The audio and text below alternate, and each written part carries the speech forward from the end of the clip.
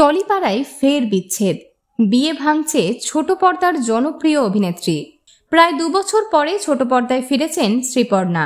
Star জলসার নতুন ধারাবাহিক লক্ষ্মীর ঝাঁপিতে গুরুত্বপূর্ণ চরিত্রে দেখা যাবে তাকে।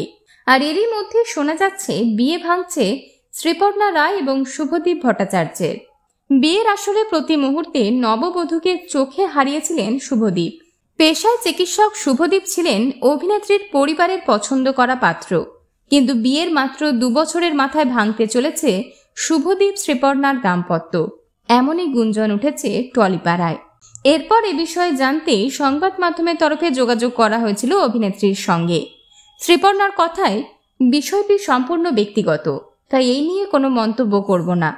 তবে স্টুডিও পাড়ায় কান পাতলেই শোনা যাচ্ছে এবছরের জামাই ষষ্ঠীতেও নাকি শ্বশুরবাড়ি আসেননি শুভদীপ। শুধু তাই নয়, শ্রীপর্ণা নাকি সমাজ মাধ্যম থেকে তার এবং শুভদীপের সব ছবিও সরিয়ে দিয়েছেন।